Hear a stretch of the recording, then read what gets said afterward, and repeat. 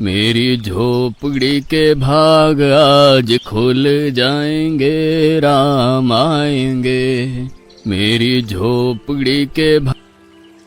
किसके पुत्र हो और यहाँ क्या कर रहे हो? मेरे माता पिता नहीं है, मैं गंगा के किनारे ही रहता हूँ। तो फिर मेरे साथ आश्रम में चलना। मैं आश्रम में अकेला रहता हूँ, तेरे साथ रहते हुए मुझे आनंद होगा। मैं आपके आश्रम आऊंगा, लेकिन मेरा शरीर देख लो बाबा जी।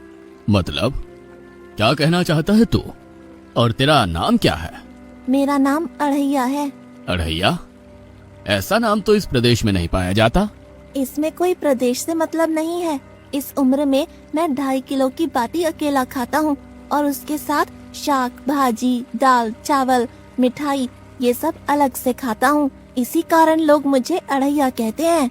अरे कुठार भरे हैं बच्चा, तुझे जितना खाना हो उतना खाना। और ये अढ़ैया नाम भी मुझे पसंद आया। तू चल आश्रम। आप कहोगे उतना काम करूँगा बाबा जी, लेकिन खाना खिलाने में कोई कमी मत रखना।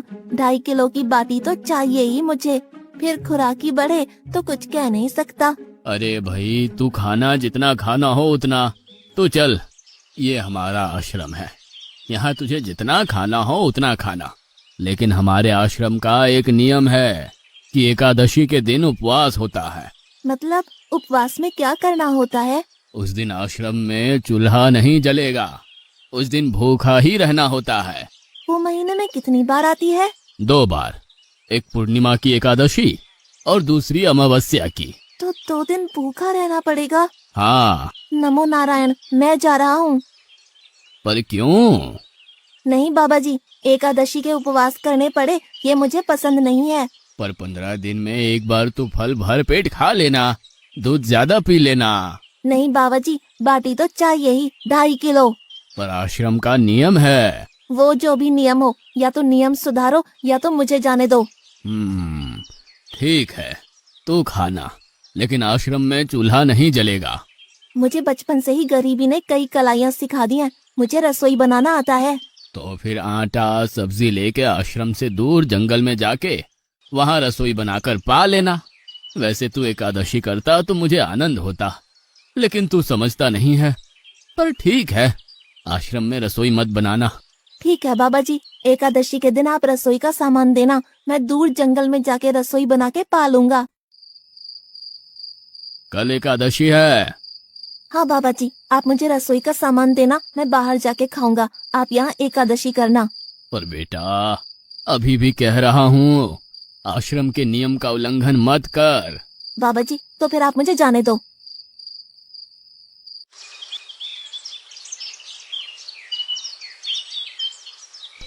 हमारे आश्रम में ऐसा नियम है कि ठाकुर जी को भोग लगाकर ही पाया जाता है। तू एकादशी के दिन ये सब कर रहा है, उसमें मैं मना नहीं करता, पर ठाकुर जी को भोग लगाकर ही पाना। ठाकुर जी मतलब कौन? यार, ठाकुर जी मतलब भगवान ईश्वर। मतलब भोग लगाने पे वो रूबरू आएंगे? तो फिर ज्यादा सामान दो। तू मूर्ख, तुझे कैसे समझाऊं? भगवान नहीं आते, सिर्फ तुझे भावना करनी है। कैसी भावना? जब रसोई तैयार हो तब थाली के सामने बैठकर 2 हाथ जोड़कर ठाकुर जी को खाना खाने बुलाना। मेहरबानी करके इतना नियम पालन करना। ठीक है। ये लड़का ठीक है, लेकिन एकादशी की होती तो कितना अच्छा होता।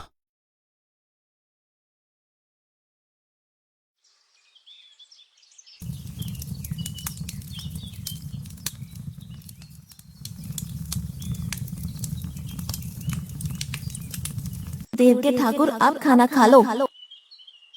स्वामी, भोजन तैयार है, आप कहाँ जा रहे हैं? मेरा एक भक्त मुझे बुला रहा है, मैं अभी आया। गुरुदेव के ठाकुर, आप खाना खा लो।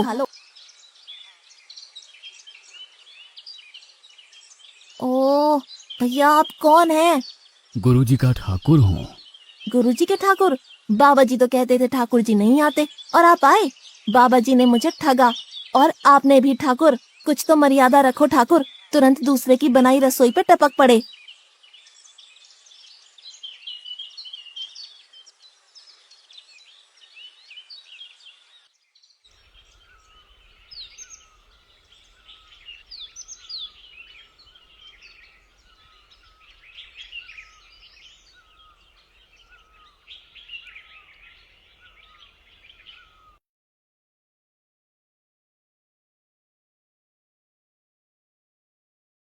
तूने एकादशी नहीं की, मुझे अच्छा नहीं लगा। हम्म, खाना खाया?